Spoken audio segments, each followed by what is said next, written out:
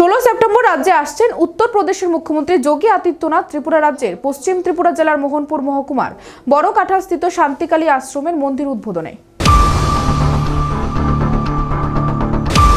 এই উদ্বোধনী অনুষ্ঠানে উপস্থিত থাকবেন উত্তরপ্রদেশের মুখ্যমন্ত্রী যোগী আদিত্যনাথ, আসামের মুখ্যমন্ত্রী হিমন্ত বিশ্ব শর্মা, রাজ্যের মুখ্যমন্ত্রী প্রফেসর ডক্টর মানিক সাহা, রাজ্য সরকারের সমস্ত মন্ত্রী নেতারা উপস্থিত থাকবেন। তীব্রমাথা দলের প্রতিষ্ঠাতা এমডিসি প্রদ্যোৎ বিক্রম মাণিক্য দেববর্মা সহ অন্যান্যরা। আগামী 16 সেপ্টেম্বর এই মন্দির উদ্বোধনকে সামনে রেখে আয়োজক কমিটির কনভেনার মন্ত্রী সুশান্ত চৌধুরী পৌরোহিত্যে এক পর্যালোচনা বৈঠক অনুষ্ঠিত হয় শুক্রবার। এই পর্যালোচনা বৈঠকে উপস্থিত ছিলেন শান্তিকালী আশ্রমের প্রতিষ্ঠাতা চিত্ত মহারাজ। উদ্বোধনী অনুষ্ঠানে কনভেনার পরিবহন ও পর্যটন দপ্তরের মন্ত্রী সুশান্ত চৌধুরী, ত্রিপুরা রাজ্য সরকারের শিল্প ও বাণিজ্য দপ্তরের প্রতিমন্ত্রী মৃষকেতু দেববর্মা, ত্রিপুরা স্বশাসিত জেলা পরিষদের পিডব্লিউডি দপ্তরে কার্যনির্বাহী সদস্য রুনিয়াল দেববর্মা, পশ্চিম ত্রিপুরা জেলা শাসক ডক্টর বিশাল কুমার, মোহনপুর মহকুমার শাসক সুভাষ দত্ত, মোহনপুর মহকুমা পুলিশ আধিকারিক সব্যসাচী দেবনাথ সহ বিভিন্ন দপ্তরের আধিকারিকরা।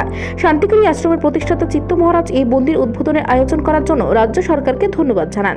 এই দিনের উদ্বোধনী অনুষ্ঠানে কনভেনার মন্ত্রী সুশান্ত চৌধুরী সংবাদ মাধ্যমের মুখোমুখি হয়ে প্রতিক্রিয়া ব্যক্ত করতে গিয়ে বলেন, শান্তিকালী আশ্রমের প্রতিষ্ঠাতা মহারাজ ওনার ধর্মীয় কার্যকলাপের জন্য পদ্মশ্রী পুরস্কারে ভূষিত হয়েছেন, যা রাজ্যের জন্য গর্বের। সনাতন ধর্মের প্রচার ও প্রসারে ওনার ভূমিকা অপরিসীম এবং আগামী 16 সেপ্টেম্বর ওই শান্তিকালী আশ্রমের মন্দির উদ্বোধনে আসছেন উত্তরপ্রদেশের মুখ্যমন্ত্রী যোগী আদিত্যনাথ।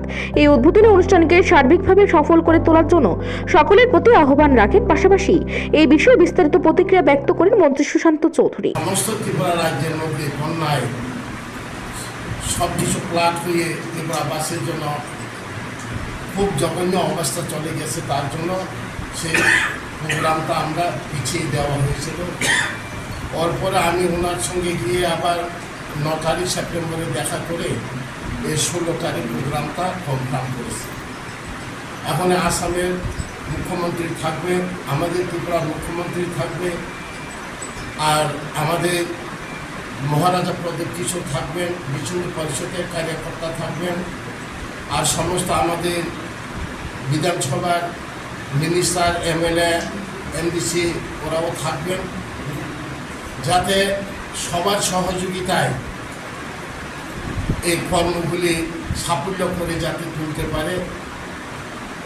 তাই আমি সমস্ত ডিপার্টমেন্টকে আমার আশ্রমের পক্ষ থেকে আমি অনুরোধ এবং প্রার্থনা করছি, যাতে সুন্দরভাবে ত্রিপুরা রাজ্যের আজকে ভারত বছরের সবচেয়ে বড় রাজ্য উত্তরপ্রদেশ, উত্তর পূর্বাঞ্চলের সবচেয়ে বড় রাজ্য আসাম রাজ্য, সেখান থেকে মুখ্যমন্ত্রী আসবেন, যাতে আমাদের ত্রিপুরা রাজ্য যাতে গৌরব হয়, আমাদের ত্রিপুরা রাজ্যের নাম যাতে উচ্চ স্থানে থাকে, এই দিশা দেখে সবাই হাতে হাত ধরে এই কর্মগুলি সাফল্য করার জন্য সবার কাছে আমি এই নিবেদন করছি।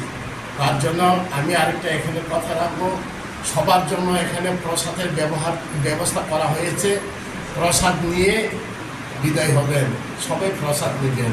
এতটুকু বলে অত্যন্ত আনন্দের বিষয় যে আমাদের রাজ্যের প্রখ্যাত ব্যক্তিত্ব এবং যার কর্মকাণ্ডের ফলে ইতিমধ্যে ভারত সরকার ওনাকে পদ্মশ্রী সম্মানে ভূষিত করেছে এবং যিনি তার জীবনের অধিকাংশ সময় আমাদের হিন্দু ধর্মকে, সনাতন ধর্মকে শক্তিশালী করার জন্য এবং রাজ্যে শান্তি প্রতিষ্ঠার জন্য ব্যয় করেছেন চিত্ত মহারাজ, যাকে আমরা শান্তিকালীর পৃষ্ঠপোষক হিসেবে সকলে জানি।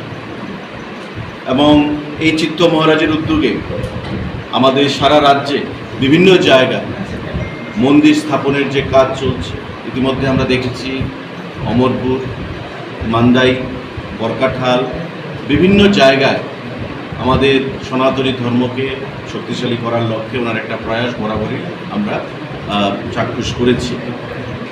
এবং তারই অঙ্গ হিসাবে আগামী 16 তারিখ বরকাঠাস্থিত এই শান্তিকালীর আশ্রমে শান্তিযজ্ঞ অনুষ্ঠিত হবে। তার বাইরে এখানে যে নবনির্মিত মন্দির, সেই মন্দিরের শুভ উদ্বোধন হবে এবং বেদ বিদ্যালয় তার শুভ উদ্বোধন হবে, যার মধ্যে উপস্থিত থাকবেন আমাদের প্রাণপ্রিয় উত্তরপ্রদেশের মাননীয় মুখ্যমন্ত্রী যোগী আদিত্যনাথজি। উপস্থিত থাকবেন আমাদের আসামের প্রাণপ্রিয় জনপ্রিয় মাননীয় মুখ্যমন্ত্রী হিমন্ত বিশ্ব শর্মাজি এবং আমাদের রাজ্যের জনপ্রিয় মাননীয় মুখ্যমন্ত্রী প্রফেসর ডক্টর মানিক সাহাজি, প্রাক্তন মুখ্যমন্ত্রী প্রদ্যোৎ কিশোর দেববর্মন, যিনি রাজপরিবার থেকে প্রতিনিধিত্ব করছেন, আমাদের রাজ্যের মন্ত্রীগণ, সাংসদগণ এবং রাজ্যের সমাজের বিভিন্ন স্তরের প্রতিষ্ঠিত জনগণ, সাধারণ জনগণ এখানে উপস্থিত থাকবেন। এবং এটাকে কেন্দ্র করে ইতিমধ্যে এই মোহনপুর মহকুমার লাইন ডিপার্টমেন্টের আধিকারিকদেরকে নিয়ে আমাদের নিজস্ব প্রতিনিধি রিপোর্ট, এশিয়ান টাইম।